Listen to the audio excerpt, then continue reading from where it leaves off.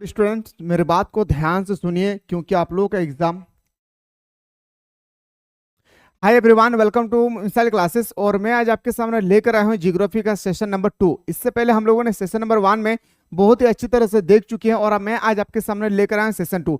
इस तरह से मैं आप लोगों के लिए मेरे दोस्तों 7 सेट तैयार किया हूं। टोटल आप लोगों के लिए 7 सेट तैयार किया हूं और इन 7 सेट को एग्जाम हॉल घुसने से पहले आप लोगों को अच्छी तरह से देख लेना है। तो मेरे दोस्तों, जो भी स्टूडेंट्स चाहते हैं कि सर हमें अच्छी तरह से क्लास 12 में एग्जाम 2025 के अकॉर्डिंग अगर मैं बात करूं, कोई भी बंदा चाहते हैं कि सर 2025 के अकॉर्डिंग हमें अच्छी तरह से तैयारी करना है, तो कुछ नहीं करना है मेरे दोस्तों। प्ले स्टोर से जाकर जल्दी से मिसाइल क्लासेस के आपको डाउनलोड कर लेना है और मिसाइल क्लासेस के आपको डाउनलोड करने के बाद आपका जो आर्ट्स का फाउंडेशन कोर्स है ना भाई, इस आर्ट्स के फाउंडेशन कोर्स को आप जरूर ज्वाइन कीजिएगा। इसका फी ओनली फॉर 399 रुपीज है। अगर इस 399 रुपीज देकर मेरे दोस्त इस कोर्स को ज्वाइन करते हैं तो सुबह को यानी आप लोगों का मॉर्निंग और इवनिंग दोनों टाइम पे आप लोगों का क्लासेस होती है 7 डेज। कितना डेज मेरे भाई? 7 डेज, यानी एक सप्ताह में 14 बार आप लोगों को क्लासेस दिया जा रही है, वो भी आप लोगों का सिलेक्टेड क्वेश्चन के साथ। क्या मेरे सिर नहीं हो तो याद रखिएगा, वो भी आप लोगों का सिलेक्टेड सेट क्वेश्चन दिया जा रहा है ताकि आपके फाइनल एग्जाम पे मेरे दोस्तों कोई भी दिक्कत ना हो आपके एग्जाम हॉल में। तो अगर आप लोग चाहते हैं सर हमें सिलेक्टेड सेट चाहिए, साथ ही साथ हमें सिलेक्टेड क्वेश्चन भी चाहिए एग्जाम के अकॉर्डिंग, तो मेरे दोस्तों इस कोर्स को जो मैंने अभी आप लोगों को दिखाया हूं, इस कोर्स को एनी हाउ ज्वाइन कीजिएगा। साथ ही साथ डिस्क्रिप्शन बॉक्स में एक व्हाट्सएप ग्रुप का लिंक पड़ा हुआ है, उस व्हाट्सएप ग्रुप को ज्वाइन कर लेना है। और मेरे दोस्तों, जितना ज्यादा हो सके अपने प्यारे प्यारे दोस्तों को शेयर कीजिएगा। और ये तो मैं आप लोगों को याद रखिएगा मेरे दोस्तों, सेट 2 बता रहा हूं। क्या मेरे भाई?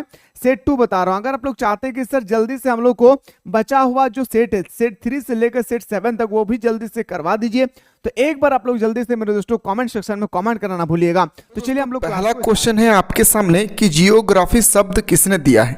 सबसे इंपॉर्टेंट क्वेश्चन हमारे पास यहाँ आती है मेरे दोस्तों कि जियोग्राफी का फादर किसे कहा जाता है।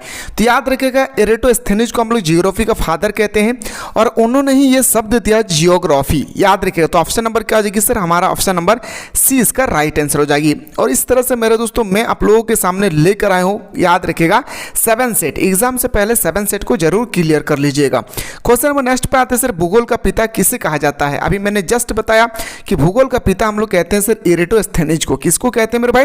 एरिस्टोस्थेनीज को हम लोग भूगोल का पिता के नाम से जानते हैं। तो ऑप्शन नंबर हमारा बिल्कुल सही तो हो जाएगी, क्या इज द राइट आंसर। आते हैं सर अगला क्वेश्चन जो हमारा आता है, क्वेश्चन नंबर नेक्स्ट पूछा जाता है कि जियोग्राफी पुस्तक जिसे भूगोल का वेद भी कहा जाता है के लेखक कौन है। अच्छा, आपसे पूछा गया ना क्वेश्चन कि जियोग्राफी पुस्तक जिसे भूगोल का वेद भी कहा जाता है के लेखक कौन है, इसका राइटर कौन है, ये हमें बताना है। तो बताएंगे सर इसका राइटर। जब भी जियोग्राफी की बात आए तो आपके माइंड में क्लिक होना चाहिए मेरे दोस्तों, क्या तो आपको माइंड में क्लिक होना चाहिए एरिस्टोस्थेनीज। और मैं आप लोगों को स्क्रीन पे इसलिए बता रहा हूं क्योंकि मेरे दोस्तों समय बहुत कम है और पढ़ना हम लोग को बहुत ज़्यादा है, इसलिए मैं फटाफट आप लोगों को सारा चीज़ का रिवीजन करवा दे रहा हूं। आधुनिक भूगोल का संस्थापक किसे कहा जाता है। जो आधुनिक भूगोल है भाई, इसके संस्थापक हम लोग किसको मानते हैं। तो बताएंगे सर इसका राइट आंसर होगा हुम्बोल्ट। ये सब क्वेश्चन को अच्छी तरह से नोट डाउन कर लेना है अपने कॉपी पे, ठीक है। चलिए सर अगला क्वेश्चन पे आते हैं सर। क्वेश्चन नंबर नेक्स्ट पूछा गया है, आधुनिक मानव भूगोल का जन्मदाता किसे कहा जाता है। आधुनिक मानव भूगोल का जो जन्मदाता कहा जाता है उसको हम लोग बोलते हैं रेट जेल। क्या बोलेंगे मेरे शेरनियों? तो बताएंगे सर रेट जेल इसका बिल्कुल सही उत्तर हो जाएगी। आते हैं सर अगला क्वेश्चन जो हम लोग आते हैं कि क्वेश्चन नंबर नेक्स्ट है कि एंथ्रोपोजियोग्राफी किसने लिखी है। ये एक पुस्तक है, इसके लिखने वाले जो व्यक्ति है इसका नाम है फ्रेडरिक रेटजेल। क्या बताएंगे मेरे भाई? Friedrich Ratzel. और बहुत ही इंपॉर्टेंट है मेरे दोस्तों ये क्वेश्चन, क्योंकि ये क्वेश्चन हर साल बार आपके पेपर में आती है, इसलिए इस क्वेश्चन को फाइनल एग्जाम को भी देखते हुए इसको तैयारी करना है। आते हैं सर अगला क्वेश्चन पे। क्वेश्चन नंबर 7 है, जियोग्राफी जनरलिस्ट के लेखक कौन है। अभी मैंने जस्ट बताया था आप लोगों को पिछला वीडियो में कि जियोग्राफी जनरलिस्ट का जो लेखक है ना वो है वेरेनियस। क्या है? याद रखिएगा वर्ल्ड वेरेनियस। ऑप्शन नंबर बिल्कुल सही तो हो जाएगी, A is the right answer. Question number next पे मूव करते हैं सर। अगला क्वेश्चन है जियोग्राफिया जनरलिस्ट के लेखक कौन है। क्वेश्चन नंबर 8 पे थोड़ा सा नजर दौड़ाएंगे तो सेम टू सेम क्वेश्चन पूछा गया, तो बताएंगे sir Varenius. Option number D हमारा सही उत्तर हो जाएगी। आते सर क्वेश्चन नंबर जो हमारा 9 है, क्वेश्चन नंबर 9 पूछा गया है कि ओरिजिन ऑफ स्पीसीज सिद्धांत का संबंध निम्नलिखित में से किस विद्वान ने दिया था। जो ऑरिजिन ऑफ स्पीसीज है ना हमारे भाई, इस सिद्धांत, इसकी थ्योरी किसने दिया था? तो हम लोग क्लास 10 से पढ़ते आ रहे भाई, क्या पढ़े हैं कि चार्ल्स डार्विन। क्या पढ़े मेरे भाई? चार्ल्स डार्विन इसका राइट आंसर हो जाएगी। और ये तो मैं आप लोगों को सेट 2 बता रहा हूँ, इस तरह से आप लोगों को 7 सेट में बताने वाला हूँ। अगर आप चाहते हैं सर 7 सेट जल्दी से हम लोग को प्रोवाइड कर दीजिए तो कमेंट सेक्शन में जरूर कमेंट करना ना भूलिएगा, क्योंकि मैं कमेंट को देख के ही मेरे दोस्तों आपके सामने मैं लेक्चर लेकर आती हूँ। ओरिजिन ऑफ स्पीसीज नामक पुस्तक किसने लिखा है? मैंने अभी जस्ट बताया मेरे दोस्तों, क्या हो जाएगा हमारा? चार्ल्स डार्विन इसका सही उत्तर हो जाएगा। क्या हो जाएगा मेरे दोस्त? चार्ल्स डार्विन इसका राइट आंसर हो जाएगी। क्वेश्चन नंबर नेक्स्ट पे अगर हम लोग मूव करते हैं तो अगला क्वेश्चन में पता चलता है, पूछा गया कि पर्यावरणीय निश्चयवाद विचारधारा के समर्थक विद्वान एलन सिंपल किस देश की निवासी थी?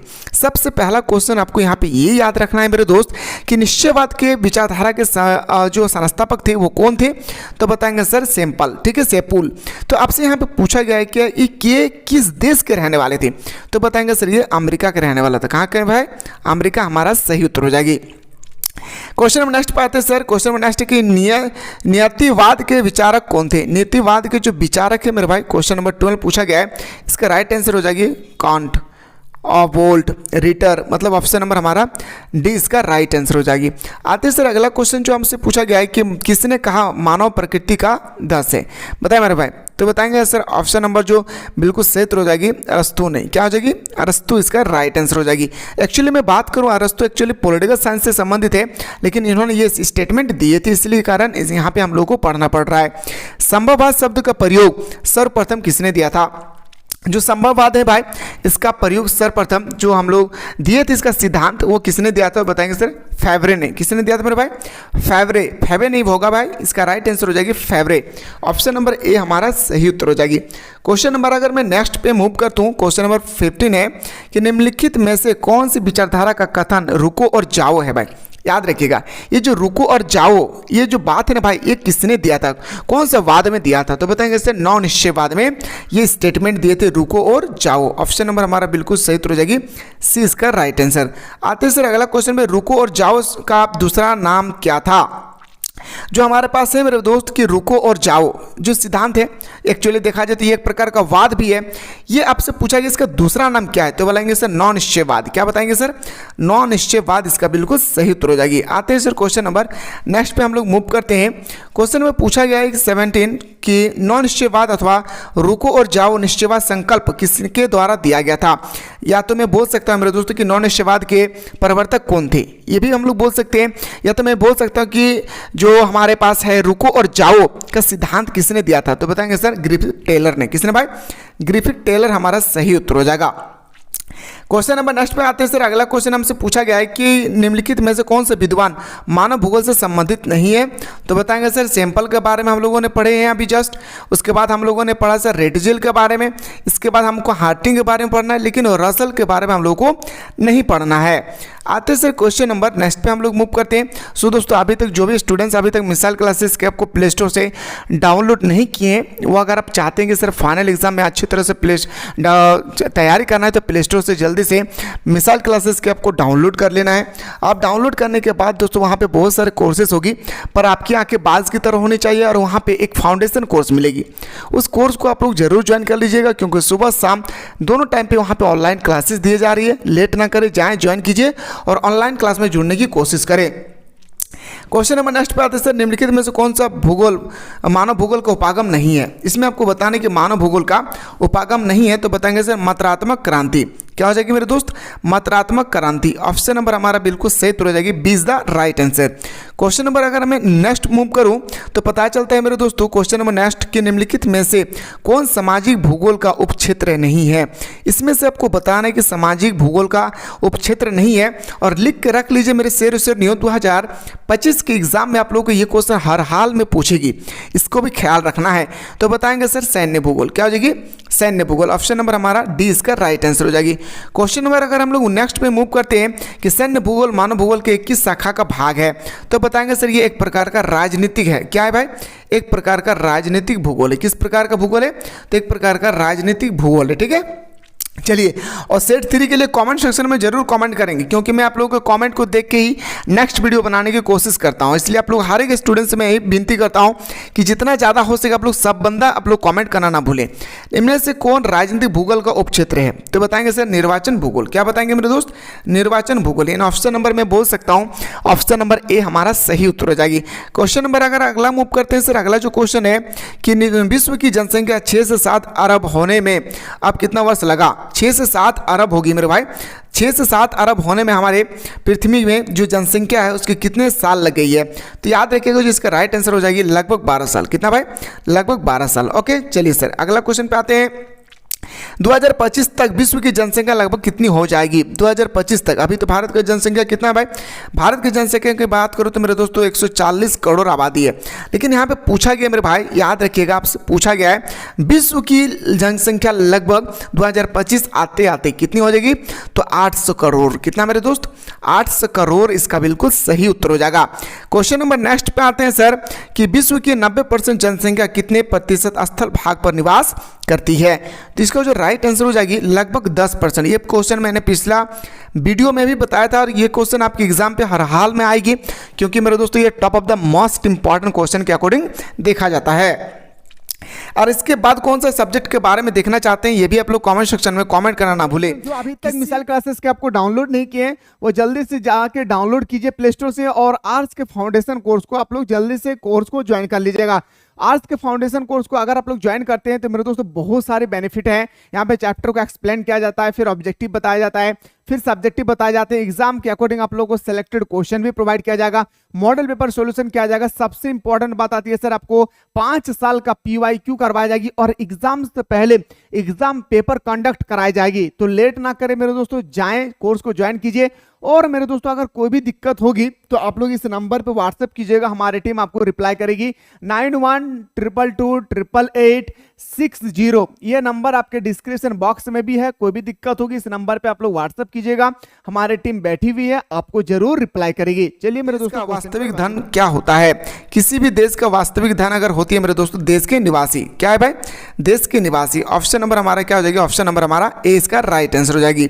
आते हैं सर अगला क्वेश्चन पे। क्वेश्चन नंबर अगर नेक्स्ट पे हम लोग मूव करते हैं तो पता चलता है कि जनसंख्या वितरण को प्रभावित करने वाले कारकों में सबसे महत्वपूर्ण कारक कौन सा है? तो सबसे जो महत्वपूर्ण कारक होती है मेरे भाई वो जलवायु होती है। क्या होती है मेरे शेरों शेरनियों?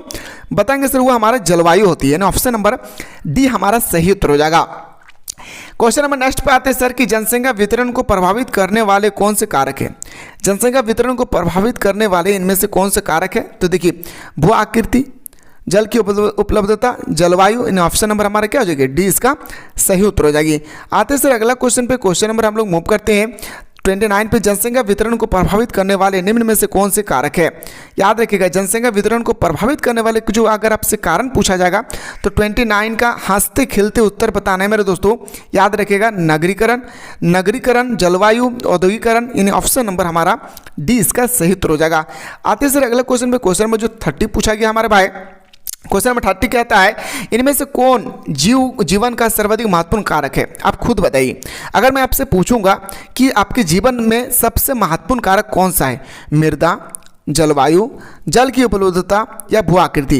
तो बताएंगे सर जलवायु। जल भी चाहिए हमें जीने के लिए और वायु भी चाहिए, दोनों चाहिए। चलिए सर आगे क्वेश्चन की ओर बढ़ने से पहले मेरे दोस्तों मैं आप लोगों से फिर से विनती करता हूं कि जिसने भी मिसाइल क्लासेस के आपको प्ले स्टोर से डाउनलोड नहीं किए वो जल्दी से मिसाइल क्लासेस के आपको डाउनलोड कर लेंगे। और कोई भी दिक्कत होगी तो इस नंबर पर आप लोग व्हाट्सअप कीजिएगा जरूर, 9122288860। डिस्क्रिप्शन बॉक्स में भी वह नंबर दिया हुआ है। कोई भी दिक्कत होगी डाउनलोड करने के बाद कोर्स को ज्वाइन करने में तो मेरे दोस्तों इसमें व्हाट्सअप कीजिएगा, हमारी टीम आपको हेल्प करेगी।